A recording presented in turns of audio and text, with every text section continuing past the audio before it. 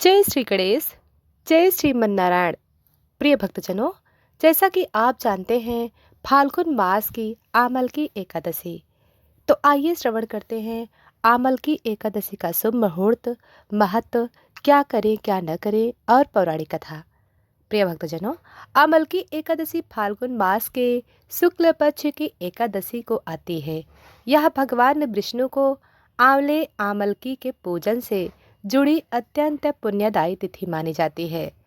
2026 में आमलकी एकादशी का शुभ मुहूर्त तिथि प्रारंभ 27 फरवरी 2026 प्रातः लगभग 8:45 पर, तिथि समाप्त 28 फरवरी 2026 प्रातः लगभग 6:30 पर।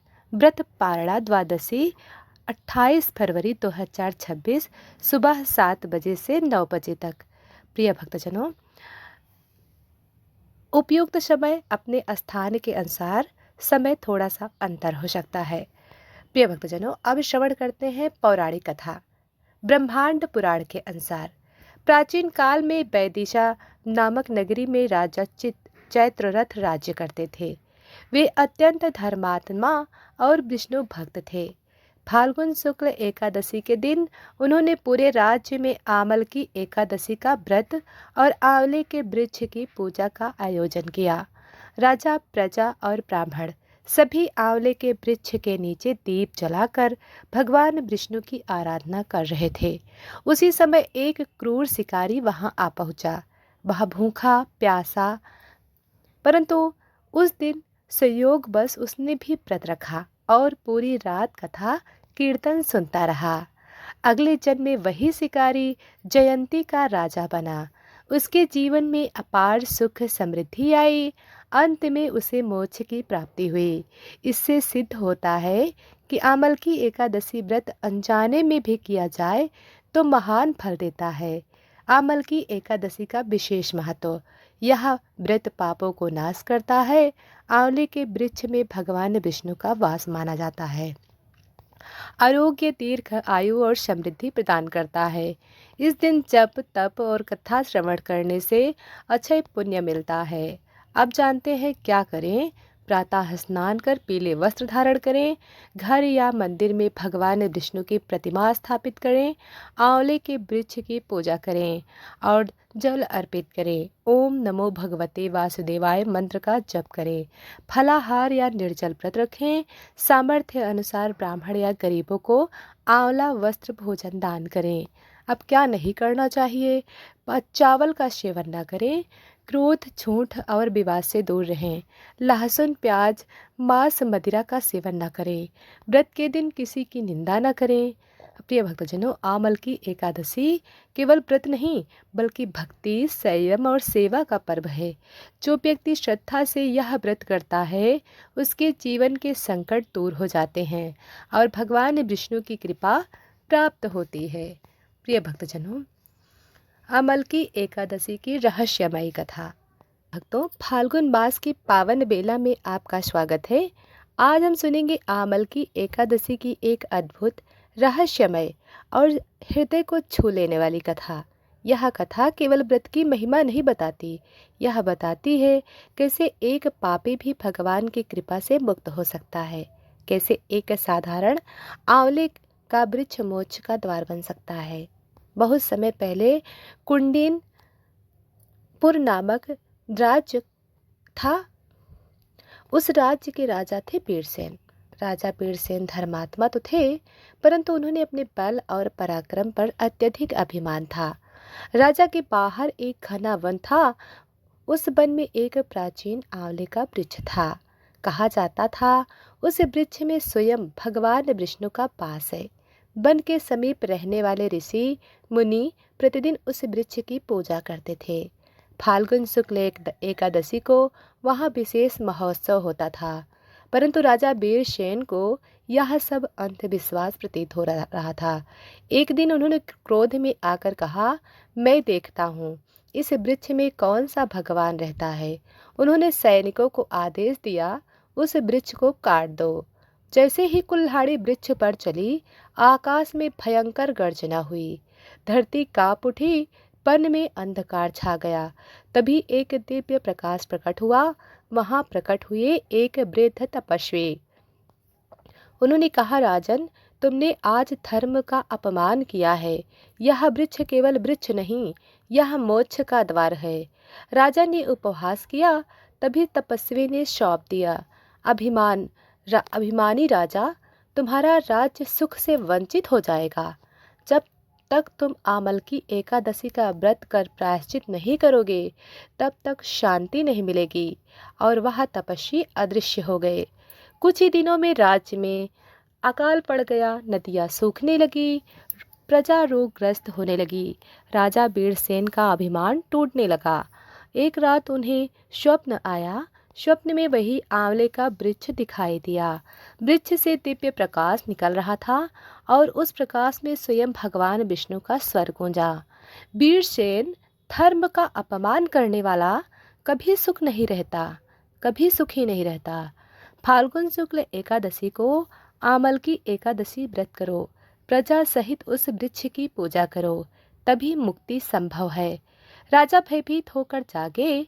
अगले दिन उन्होंने समस्त प्रजा को बुलाया, अपना अपराध स्वीकार किया। फाल्गुन शुक्ल एकादशी का दिन आया। संपूर्ण राज्य में भक्ति का वातावरण था। दीप जलाए गए, भजन गूंजने लगे। राजा बीरसेन नंगे पांव वन में गए। आंवले के वृक्ष के सामने दंडवत हुए। उन्होंने कहा, प्रभु, मेरे अभिमान को क्षमा करें। उन्होंने विधि पूर्वक पूजन किया, जल अर्पित किया, फल पुष्प चढ़ाए, रात्रि भर जागरण किया और कथा कीर्तन हुआ। जैसे ही द्वादशी का सूर्य उदय हुआ, आकाश से पुष्प वर्षा होने लगी। वन में फिर से हरियाली लौट आई। नदियाँ कल कल बहने लगीं। राज्य में सुख समृद्धि लौट आई। तभी वहाँ तपस्वी पुनः प्रकट हो गए। उन्होंने कहा, राजन, यह तपस्वी कोई और नहीं, स्वयं भगवान विष्णु थे। राजा की आंखों से आंसू बहने लगे। उन्होंने प्रण किया, जीवन भर आमल की एकादशी का व्रत करेंगे। प्रिय भक्तजनों, परंतु कथा यहीं पर समाप्त नहीं होती, क्योंकि उसी वन में एक और आत्मा भटक रही थी, जिसे अभी मुक्ति मिलनी बाकी थी। कंडेनपुर के उसी वन के पास रहता था एक क्रूर शिकारी। उसका नाम था मातंग। मातंग का जीवन हिंसा से भरा था। वह पशुओं का शिकार करता, पक्षियों को मारता और अपने कर्मों को ही जीवन का आधार मानता। उसे न धर्म का ज्ञान था, न व्रत का महत्व, न भगवान में श्रद्धा। वह अक्सर कहता, इस संसार में बल ही सत्य है, परंतु भाग्य को कुछ और ही स्वीकार था। फाल्गुन मास आया।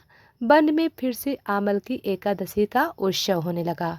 राजा बीरसेन ने इस बार पहले से अधिक भव्य आयोजन किया। पूरे राज्य को आमंत्रण भेजा गया। वन में दीपों की पंक्तियां सजाई गईं। आंवले के वृक्ष पुष्पों से सुसज्जित था।